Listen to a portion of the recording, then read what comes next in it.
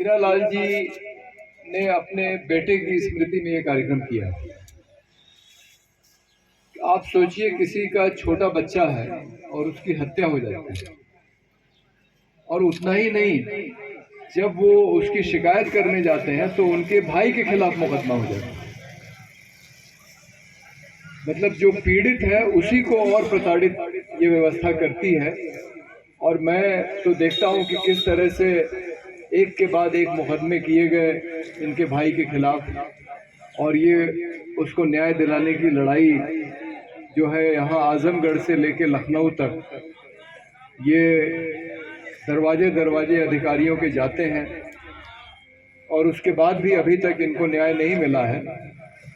तो मैं देखता हूँ कि ये आदमी जिसने इतना दुख झेला हो कि अपना बच्चा खो दिया, वो उसने अपने दुख को, ये देखिए कितनी सुंदर बात है, उसने अपने दुख को अपनी ताकत में बदला और व्यक्तिगत दुख को एक सार्वजनिक एक कार्यक्रम का रूप दिया है, जिसमें सब लोग इकट्ठा होते हैं और एक खिचड़ी के अवसर पे वो ये भोज का आयोजन करते हैं।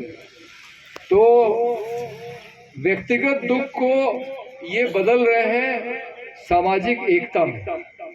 मुझे लगता है कि ये जो हीरालाल जी का योगदान है, इसके लिए हम लोग इनको बहुत बधाई देंगे। खूब बधाई कि ये अपने दुख से, अपनी दुख की वजह से जो त्रासदी उत्पन्न हुई, ऐसा नहीं कि उसको लेके घर में बैठ गए, बिल्कुल सर, बल्कि उसको इन्होंने सार्वजनिक रूप दिया और सामाजिक एकता का कार्यक्रम बनाया है। इसके लिए मैं हीरालाल भाई को बहुत बहुत बधाई देना चाहूँगा। और इसी तरह से ये आगे बढ़ते रहें और सार्वजनिक काम करते रहें, ताकि समाज की भलाई भी होती रहे। और जो दूसरी बात मैं कहना चाहता हूँ, जो राजीव भाई ने कही, कि ऐसे समय में, जबकि जो हमारे सलीम भाई ने अपने बात में रखा कि जो राजनीति चल रही है सिर्फ भारत में नहीं, दुनिया के स्तर पर जो लोगों को बांटने का काम किया जा रहा है, धर्म के नाम पे, जाति के नाम पे, नस्ल के नाम पे, पूरी दुनिया में इस समय चल रहा है।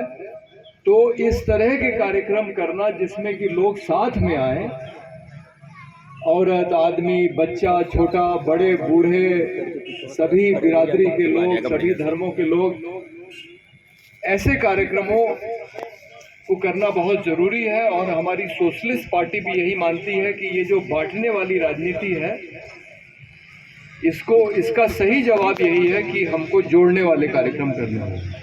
और ये एक जोड़ने वाला कार्यक्रम जो हीरालाल जी कर रहे हैं, इसके लिए इनको दूसरी बार बधाई। एक तो अपने बच्चे के दुख को इन्होंने सार्वजनिक कार्यक्रम में तब्दील किया, एक उसके लिए, और दूसरा कि समाज में जो चल रहा है उसको देखते हुए बांटने वाले कार्यक्रम के जवाब में जोड़ने वाला कार्यक्रम।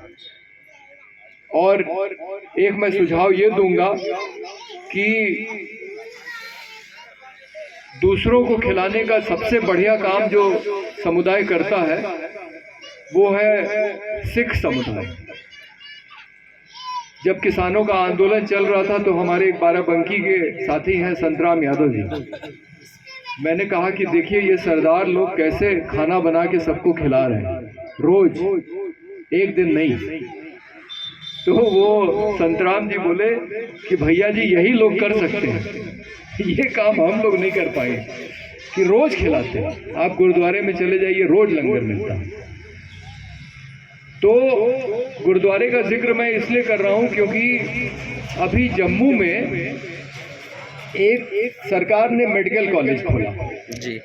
सरकार ने उसका नाम रखा मां वैष्णो देवी चिकित्सा संस्थान, मां वैष्णो देवी उत्कृष्ट चिकित्सा संस्थान।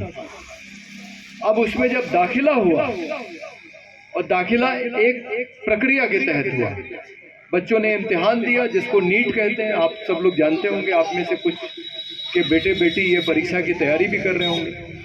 नीट परीक्षा के थ्रू जो पूरे भारत में होती है, नीट परीक्षा के माध्यम से जिन बच्चों का दाखिला हुआ इस कॉलेज में, उसमें 50 में 42 मुसलमान थे। अब भाई जहाँ ज़्यादा मुसलमान रहेगा वहाँ तो मुसलमान ही ज़्यादा बच्चा आएगा ना भाई। जहाँ जिसकी आबादी ज़्यादा होगी वहाँ उसी बिरादरी के, उसी धर्म के बच्चे तो ज़्यादा संख्या में होंगे। तो जम्मू कश्मीर में मुसलमानों की आबादी ज़्यादा है हिंदुओं से।